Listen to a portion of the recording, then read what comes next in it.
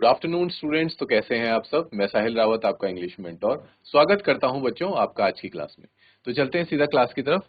और आज की क्लास में बच्चों हमारा चैप्टर होने वाला है बर्थ। ठीक है, बर्थ का मतलब होता है जन्म।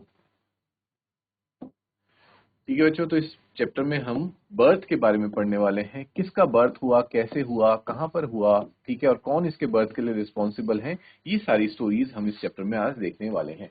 जैसे कि आप देख पा रहे हैं स्क्रीन में, इसके ऑथर का नाम क्या है, एजी क्रॉनिन इसके ऑथर है। ठीक है बच्चों, क्लियर है इतना। ओके, आगे बढ़ते हैं।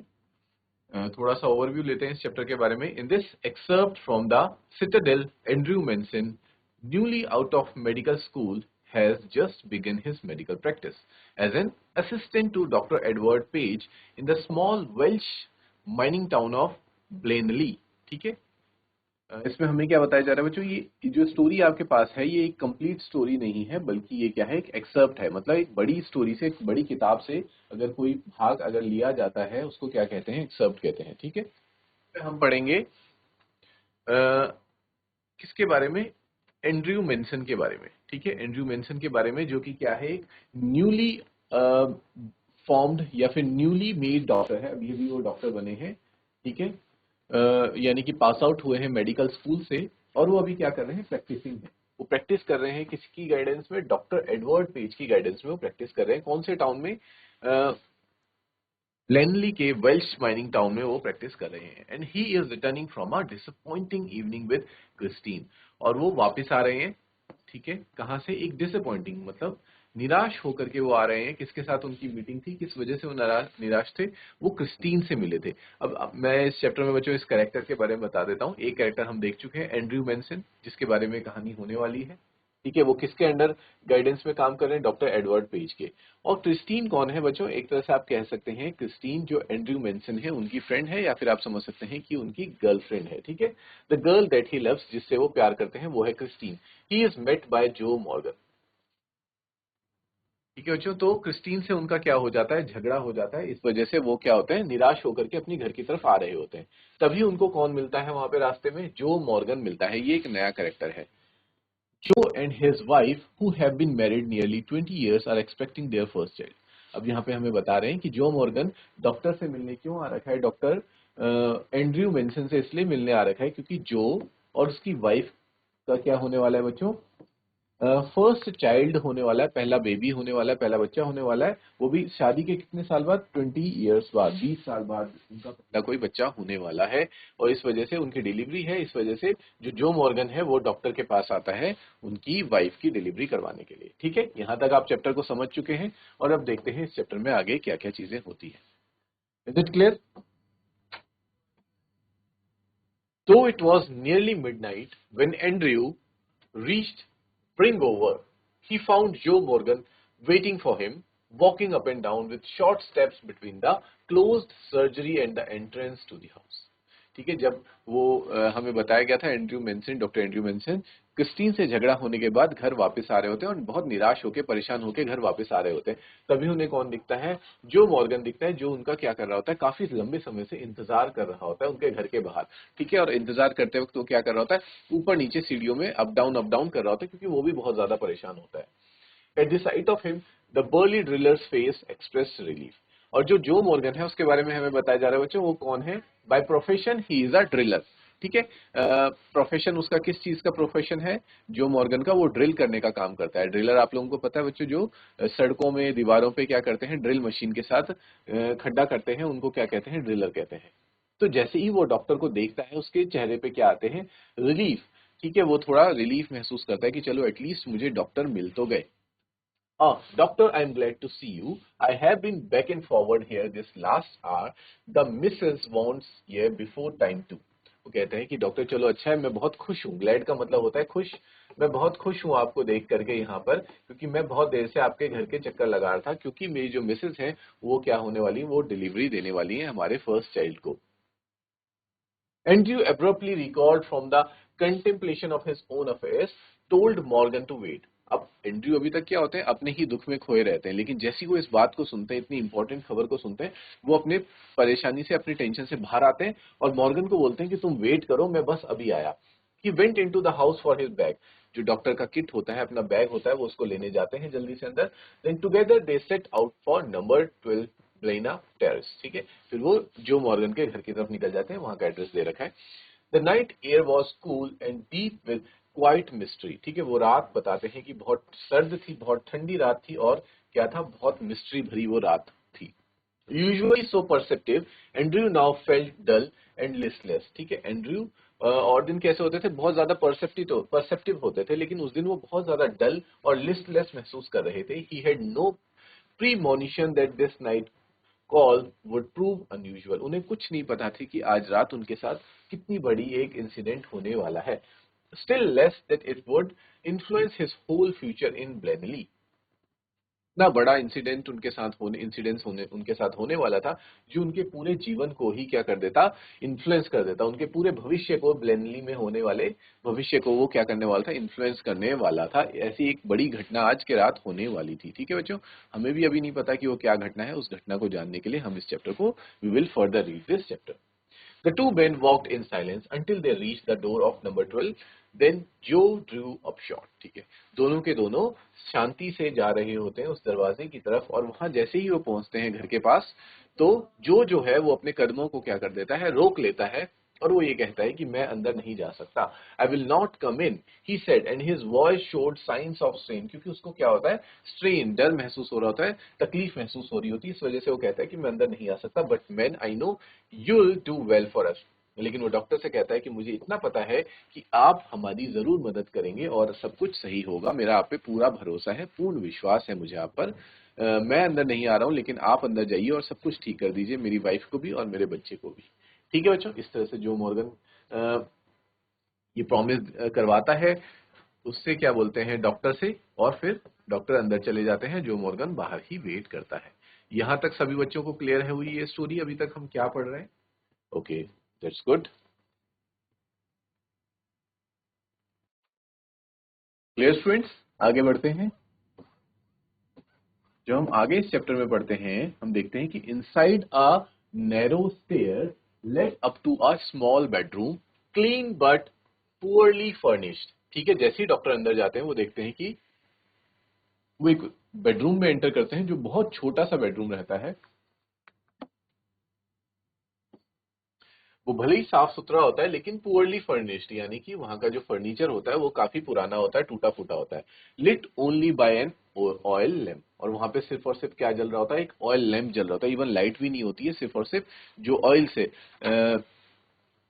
क्या कह सकते हैं आप, तेल से जलने वाला जो लैंप होता है बच्चों, वो उनके पास होता है। और हम ये समझ सकते हैं कि ये कंडीशंस वहां की इसलिए है क्योंकि जो वो है वो फाइनेंशियली वीकर सेक्शन से आते हैं। ठीक है, जो मॉर्गन है वो क्या है, एक ड्रिलर है, तो ड्रिलर के से हम एक्सपेक्ट करते हैं कि वो कुछ इसी तरीके के घर में ही रहता होगा। हेयर मिसेस मॉर्गन्स मदर, ठीक है, मिसेस मॉर्गन की जो मदर है वो वहां पे पहुंची रहती हैं। ठीक है, अटॉल, वो कैसी है, अटॉल लंबी है, ग्रे हेड, उनके सफेद रंग के बाल हैं, ऑफ नियरली 70, और उनको देख के लगता है कि वो कम से कम अपने 70 के आसपास की वो होंगी। And the stout elderly midwife, और वहां पे एक और कौन होती है, एक एल्डरली मिडवाइफ भी होती है। मिडवाइफ कौन होती है बच्चों? मिडवाइफ आप समझ सकते हैं, एक नर्स को कहा जाता है। ठीक है, एक नर्स भी वहां पे होती है, waited beside the patient, patient के साथ, यानी कि जो मॉर्गन की वाइफ के साथ वहां पे खड़ी होती है, watching Andrew's expression as he move about the room, और वो एंड्रयू के एक्सप्रेशन देख रही होती है जैसे कि वो रूम में एंटर करता है। Let me make you a cup of T doctor batch, said the former quickly after a few moments. वो क्या कहती है कि मैं आपके लिए एक प्याला चाय का कप बना के ले आती हूँ। ठीक है, Andrew smiled faintly, he saw that the old woman, wise in experience, realized there must be a period of waiting, that she was afraid that he would leave the case, saying he would return later. अब जैसे ही वो old lady, यानी कि जो Morgan की जो mother होती है, वो ये पूछती हैं डॉक्टर से कि मैं आपके लिए क्या ले आती हूँ, चाय ले आती हूँ पीने के लिए। तो वो डॉक्टर जो है वो समझ जाते हैं कि ऐसा उसकी मदर इसलिए पूछ रही है क्योंकि मुझे थोड़ी देर वेट करना पड़ेगा। ठीक है, वेट करना पड़ेगा जब तक कि जो डिलीवरी का जब तक टाइम नजदीक नहीं आता है, तब तक मुझे वेट करना पड़ेगा। और ठीक है, let's return to the chapter, chapter की तरफ वापस आते हैं। ठीक है, तो वो ये डॉक्टर समझ जाते हैं क्योंकि जो वेटिंग पीरियड है, कहीं इस वेटिंग पीरियड में मैं चला ना जाऊं, इस वजह से जो ओल्ड लेडी है वो ये पूछ रही है कि आप क्या चाय कॉफी कुछ लेंगे, क्योंकि क्योंकि अगर मैं चाय कॉफी लेने के लिए हाँ कर देता हूं तो मुझे वेट करना पड़ेगा, और वेट करना पड़ेगा इसका मतलब मैं कहीं जा नहीं सकता। तो वो इस बात को समझ जाते हैं, ठीक है, कि जो ओल्ड लेडी है उनको ये डाउट है कि मैं वहां की कंडीशंस देख करके और वेटिंग पीरियड देख करके कहीं यहाँ से चला ना जाऊं, इसलिए वो मुझे चाय कॉफी के लिए पूछ रही है। Don't freight mother, I will not run away, और वो सीधा कह देते हैं कि आप टेंशन मत लीजिए, मैं कहीं भी जाने वाला नहीं हूँ।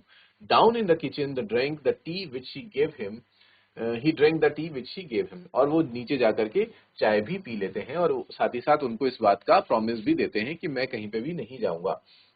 Overwrought as he was, he knew he could not snatch even an hour's sleep if he went home. क्योंकि उनको ऑलरेडी पता था कि वो जा नहीं सकते, इसलिए वो वहीं पे ही वेट करते हैं, क्योंकि अगर वो थोड़ी देर के लिए अपने घर चले भी जाते तो हार्डली वो 1 घंटे से ज्यादा की नींद नहीं ले पाते, और उनको वापस आना था, क्योंकि इसके एक्सपीरियंस से उनको पता चल चुका था कि 1 घंटे 1 डेढ़ घंटे के बाद डिलीवरी का टाइम आ सकता है। A queer lethargy of spirit came upon him, he decided to remain until everything was even. ठीक है, जो लिथार्जी, जो उनकी थकान थी, वो एक तरह से क्या बोलते हैं बच्चों, इस इंसिडेंट को सुनकर के दूर हो गई थी, और उन्होंने डिसाइड किया कि मैं यहीं पे रुकूंगा जब तक कि ये सारी चीजें ओवर नहीं हो जाती, यानी कि डिलीवरी सक्सेसफुली नहीं हो जाती है। Clear students? An hour later he went upstairs again, और 1 घंटे के बाद वो फिर से ऊपर जाते हैं देखने के लिए कि सब कुछ कैसा चल रहा है। नोटेड द प्रोग्रेस मेड, और वो प्रोग्रेस भी देख लेते हैं कि हाँ प्रोग्रेस हुई है, ठीक है, और डिलीवरी का वक्त पास नजदीक आ रहा है। केम डाउन वंस मोर, फिर से नीचे आते हैं, set by the kitchen fire, और किचन की जो फायर होती है वहां पर जाकर के बैठ जाते हैं। इट वॉज स्टिल, बिल्कुल सब कुछ शांत था, except for the rustle of a cinder in the grate and the slow tick tock of the ball. ठीक है, जो इधर उधर की जो टिक टॉक क्लॉक की आवाज आ रही थी, बस यही सारी आवाजें आ रही थी, और और कुछ भी, बिल्कुल वहां पे सन्नाटा छाया हुआ था। No there was another sound, the beat of Morgan's footstep as he pace in the street outside, और साथ ही साथ ये बताया जाता है कि मॉर्गन के जो फुटस्टेप है, क्योंकि मॉर्गन तो टेंशन में था, वो बाहर स्ट्रीट में इधर उधर घूम रहा होता है, उसके भी फुटस्टेप्स की आवाज आ रही होती है। The old women opposite him set in her black dress, जो ओल्ड वुमेन थी वो अपनी ब्लैक ड्रेस में उनके बगल में बैठी होती है, क्वाइट मोशनलेस, वो भी मोशनलेस होती है, यानी कि बिल्कुल स्थिर बैठी होती है। Her eyes strangely alive and wise, उनकी आंखें कैसी हैं, बहुत अलाइव हैं और साथ ही साथ वाइज भी हैं।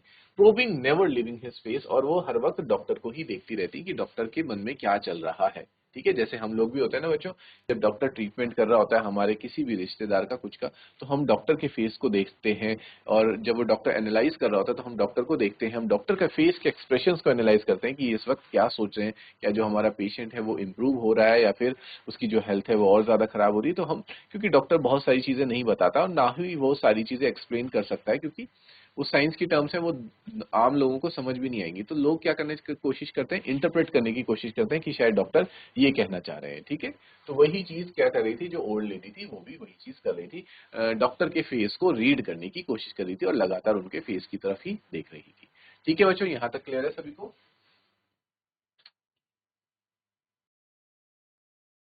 ओके स्टूडेंट्स, आगे बढ़ते हैं अब। His thoughts were heavy, muddled. The episode he had witnessed at Cardiff session still obsessed him morbidly. He thought of Bramwell foolishly devoted to a woman who deceived him, sordidly of Edward Page bound to the shrewish Broadwen of Denny, living unhappily apart from his wife. ठीक है बच्चों, तो अभी जब वो इस तरह से बैठे होते हैं और वेट कर रहे हैं इसका, डिलीवरी के टाइम का, तो उनके माइंड में क्या सारी चीजें आने लग जाती हैं बच्चों, वो सारे थॉट्स आने लगते हैं जो उनके साथ अभी इससे पहले हुए थे, जो कॉन्वर्जेशन उनकी और उनकी जो गर्लफ्रेंड है क्रिस्टीन उसके साथ हुई थी। और उस कॉन्वर्जेशन में हमें ये पता चल पा रहा है कि कॉन्वर्जेशन में she asked for the commitment, की वो शादी के लिए, कमिटमेंट के लिए वो पूछती हैं जब उनसे, तो वो क्या कर देते हैं, वो मना कर देते हैं, या फिर कह सकते हैं बात को टाल देते हैं, और इस वजह से उनके बीच में आर्ग्यूमेंट्स होते हैं, लड़ाई झगड़ा हो जाता है। और वो मना इसलिए कर रहे हैं बच्चों, वो रेडी नहीं है शादी के लिए, और रेडी ना होने के कारण क्या है बच्चों, जो उनके आसपास के लोग हैं जिनकी वो बात कर रहे हैं, जैसे कि यहाँ पे हो गया बच्चों, ब्रैमवेल की बात करी उन्होंने, ठीक है, एडवर्ड पेज की बात करी, इन लोगों की जो मैरिज है, जो उनके आसपास के कलीग्स हैं या फिर कह सकते हैं रिलेटिव्स हैं, उनके रिलेशनशिप्स जो सही नहीं चले, उनकी जो मैरिजेस थी देवर अनसक्सेसफुल और देवर फेलियर। इस वजह से उनको ये महसूस हो रहा होता है कि शायद मेरे साथ भी यही हो।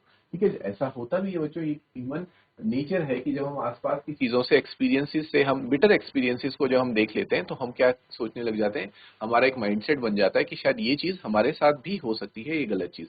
और उनके आसपास ऐसे कई सारे एग्जांपल्स हो जाते हैं, तो उनके माइंड में मैरिज के लिए क्या बन जाता है, एक नेगेटिव पर्सपेक्टिव बैठ जाता है। ठीक है, इस वजह से वो नहीं रहना चाह रहे, क्योंकि जो वो देख पा रहे होते हैं कि जो लोग अपनी वाइफ्स के साथ रह रहे हैं, मैरिजेस में साथ में रह रहे हैं, उनका जो मैरिज है वो कैसी हो गई, बहुत ज्यादा टॉक्सिक हो गई है। लेकिन जो अपनी वाइफ से बहुत दूर रह रहे हैं, तो वो भी बहुत ज्यादा खुश नहीं है। ठीक है, तो इस वजह से वो मैरिजेस से थोड़ा उनका जो बिलीफ था वो हट जाता है। His reason told him that all these marriages were dismal failures. उनको ये लग रहा होता है कि ये सारी एग्जांपल्स के थ्रू कि जितनी भी मैरिजेस हैं, ये सारी की क्या है, सारी की सारी फेलियर्स ही हो रही हैं, इनमें से कोई भी मैरिज सक्सेसफुल नहीं हुई। It was a conclusion which in his present state made him wince. और यही कंक्लूजन उनका ब्रेन जो है निकाल चुका है कि जो मैरिजेस होती हैं ये टॉक्सिक होती हैं, और ये हमेशा फेलियर्स ही होती हैं। इस वजह से वो भी क्या शादी नहीं करना चाह रहे थे। ठीक है बच्चों, he wished to consider marriage as an idyllic state. Yes, he could not otherwise consider it with the image of Christine before him. ठीक है, her eyes shining towards him admitted no other conclusion. ठीक है बच्चों, तो वो यही Christine के साथ भी ये नहीं चाहते थे कि जो क्रिस्टीन के साथ उनका रिलेशनशिप है वो मैरिज के बाद बहुत ज्यादा खराब हो जाए। इस वजह से वो मैरिज को क्या कर रहे थे, अवॉइड कर रहे थे। It was the conflict between his level doubting mind and his overflowing hurt which left him resentful and confused. और जो कंफ्लिक्ट उनके अंदर चल रहा था, क्योंकि वो क्रिस्टीन से क्या करते थे, जैसे भी हमने स्टार्टिंग में पढ़ा, ही लव्ड क्रिस्टीन अलॉट, वो क्रिस्टीन से बहुत ज्यादा प्यार करते थे, लेकिन वो उसको खोना भी नहीं चाहते थे, लेकिन साथ ही साथ वो उसके साथ शादी भी नहीं कर रहे थे। क्यों? क्योंकि उनके पास शादी के बहुत सारे बुरे बुरे एग्जाम्पल्स वो देख चुके थे, जिनकी मैरिज क्या हो गई थी, बहुत ज्यादा अनसक्सेसफुल रही थी और टॉक्सिक रही थी। ठीक है, जिस वजह से बच्चों वो बहुत ज्यादा रिजेंटफुल और कंफ्यूज थे कि उनको क्या करना चाहिए। He let his chin skin upon his chest. वो अपने क्या करते हैं, चिन को एक तरह से लटका देते हैं, जैसे कि नीचे करके चेस्ट पे ड्रॉप कर देते हैं। Stretch out his legs, अपनी टांगों को सीधा करते हैं। Stared broodingly into the fire, और आग की तरफ देखने लगते हैं, स्टेयर करने लगते हैं, यानी कि घूरने लगते हैं।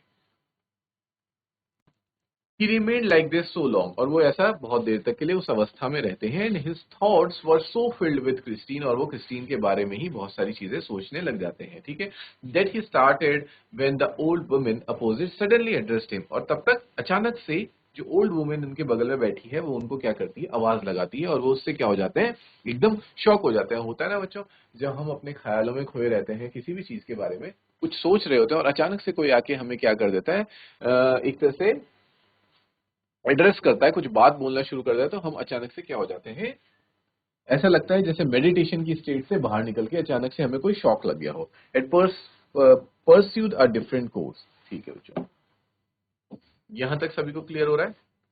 Okay, now let's move ahead. Susan said not to give her chloroform if it would harm the baby.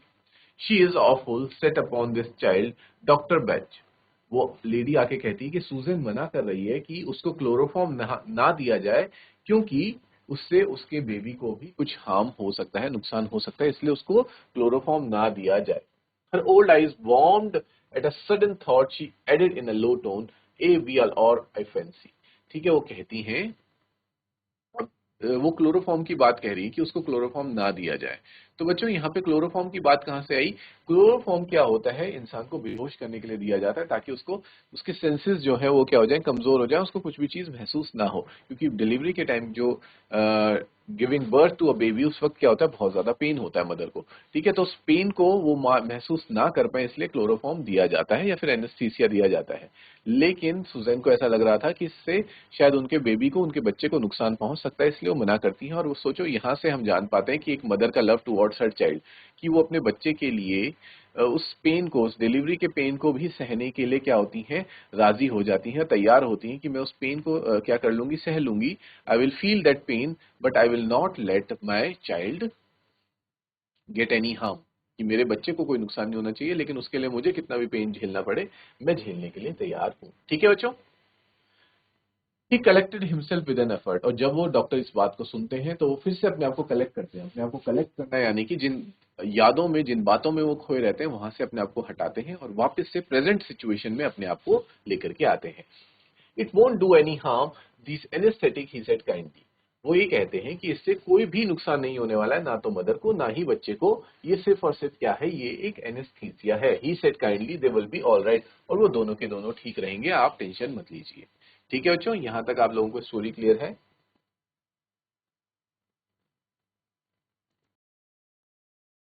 Okay students, आगे बढ़े। Here the nurse's voice was heard calling from the top landing। ठीक है, यानी कि nurse की ऊपर से आवाज आती है। एंड्रयू ग्लैंस, ग्लैंस का मतलब होता है देखना। ठीक है, एंड्रयू जो है वो देखते हैं at the clock which now showed 3:30, यानी कि 3 बज के आधा घंटा हो चुका होता है। He rose and went up to the bedroom, वो उठते हैं जल्दी से और बेडरूम की तरफ जाते हैं। He perceive that he might now begin his work, उनको ये महसूस हो जाता है, परसीव मतलब वो ये महसूस कर लेते हैं कि अब उनको अपना काम शुरू करना होगा और ये टाइम आ चुका है। एन आर इलेप्स, ठीक है, it was long harsh and struggle. 1 घंटा उनको लग जाता है अपने काम में, बहुत मुश्किल और लंबा वो घड़ी होती है। Then as first streaks of dawn straight past the broken edges of the blind the child was born, और 1 घंटे की मेहनत करने के बाद, मशक्कत करने के बाद जो चाइल्ड है वो पैदा, मतलब एक तरह से बर्थ ले लेता है। बट इट वॉज लाइफलेस, ठीक है, उसके अंदर जान नहीं होती है बच्चों। ठीक है, वो क्या होता है, लाइफलेस, यानी कि बेजान वो होता है वो बच्चा।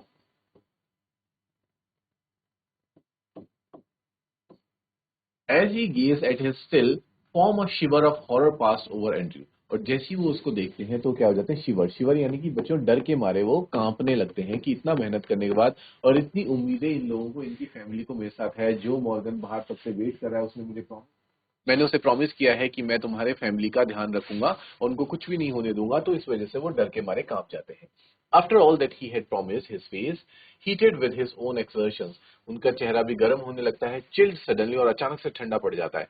He hesitated, torn between his desire to attempt to resuscitate the child and his obligation towards the mother who was herself in a desperate state। ठीक है, वो उस वक्त क्या हो जाते हैं बच्चों, हेजिटेशन की फील उसमें आ जाते हैं, क्योंकि उनके अंदर क्या डिजायर चल रही होती है कि वो उस बच्चे को जो बेजान पैदा हुआ है उसमें फिर से जान डाल सके। रिससिकेट का मतलब होता है उसको फिर से जान दे सके, उसको एक नई लाइफ दे सके। लेकिन साथ ही साथ उनकी, उसकी मदर के लिए भी ऑब्लिगेशन थी, यानी कि जो मदर थी वो भी कोई बहुत अच्छे स्टेट में नहीं थी। तो कंफ्यूज होते हैं कि वो मदर को तो देखें या फिर जो लाइफलेस बेबी है, चाइल्ड है, उसको देखें। ठीक है, तो इस वक्त वो बहुत ज्यादा डिलेमा में है। देखो, the dilemma was so urgent he did not solve it consciously, और डिलेमा इतना ज्यादा था, ठीक है, कि वो उसको कॉन्शियसली बहुत समझदारी से हैंडल नहीं करते। Blindly instinctively he gave the child to the nurse and turn his attention to Susan, और ब्लाइंडली यानी कि अंधे होकर के और बिना कुछ सोचे समझे वो क्या कर देते हैं, जो चाइल्ड है, लाइफलेस चाइल्ड है, उसको नर्स को सौंप देते हैं और अपना सारा ध्यान किसकी तरफ लगा देते हैं, सुजैन मॉर्गन यानी कि जो मदर है उसकी तरफ लगा देते हैं। हु नाउ ले कोलैप्स, जो कि कैसी हालत में होती है, कोलैप्स, मरने की हालत में वो भी हो जाती है। ऑलमोस्ट पल्सलेस, उसकी भी पल्सेस नहीं चल रही होती। And not yet out of the ether, ठीक है, upon her side his haste was desperate a frantic race against her ebbing strength। It took him only an instant to smash a glass ampule and inject the medicine। और वो अचानक से क्या करते हैं, उसको मेडिसिन इंजेक्ट करते हैं सुजैन मॉर्गन को। Then he flung down the hypodermic syringe and worked unsparingly to restore the flaccid woman। और अपनी सिरिंज के साथ जो भी वो काम करने लगते हैं, फटाफट से काम करने लगते हैं बिना रुके हुए, ताकि जो फ्लेसिड वुमेन है, यानी कि जो बेहोशी हालत में जो औरत थी वहां पे, सुजैन मॉर्गन, उसको वापस से क्या कर सके, ठीक कर सके। After a few minutes of feverish effort, अब बहुत मेहनत करने के बाद, हर हार्ट स्ट्रेंथन, उसका जो हार्ट बीट है वो फिर से सही तरीके से बीट करने लग जाता है।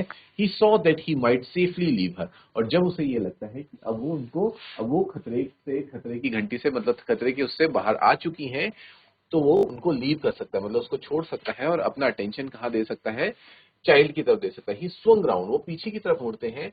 इन his shirt sleeveless, shirt sleeves his hair sticking, उनके जो in his shirt sleeves his hair sticking to his temples, और अपने स्लीव से ही अपने पसीने को पोंछ रहे होते हैं। जबकि इतनी सर्दी की रात होती है वो, फिर भी उनको पसीने आ रहे हैं, क्योंकि वो लगातार मेहनत करने लगे होते हैं उन दोनों को ठीक करने में, पहले मदर को और फिर चाइल्ड को। और वैसे भी बच्चों, अब उनको ये मेहनत करते करते कितना, 1 डेढ़ घंटे से ऊपर हो चुका था। Where's the child? वो नर्स से पूछते हैं जो मिडवाइफ थी कि चाइल्ड कहाँ है, बच्चा कहाँ है. The midwife made a frightened gesture she had placed it beneath the bed. ठीक है, वो ये कहती है, डरा हुआ जेस्चर बनाती कि आपने ही तो मुझे उन्हें उसे सौंप दिया था और मैंने उसको बेड के नीचे रख दिया. मुझे लगा कि ये लाइफलेस है, ये मर चुका है, तो फिर मैं इसको बेड के नीचे रख देती हूँ. In a flash Andrew knew knelt down. और अचानक से बहुत फुर्ती के साथ जो एंड्रयू होते हैं वो क्या होते हैं, नीचे की तरफ झुकते हैं. नेल्ट डाउन मतलब बच्चों अपने घुटनों में बेड की तरफ नीचे की तरफ झुकते हैं.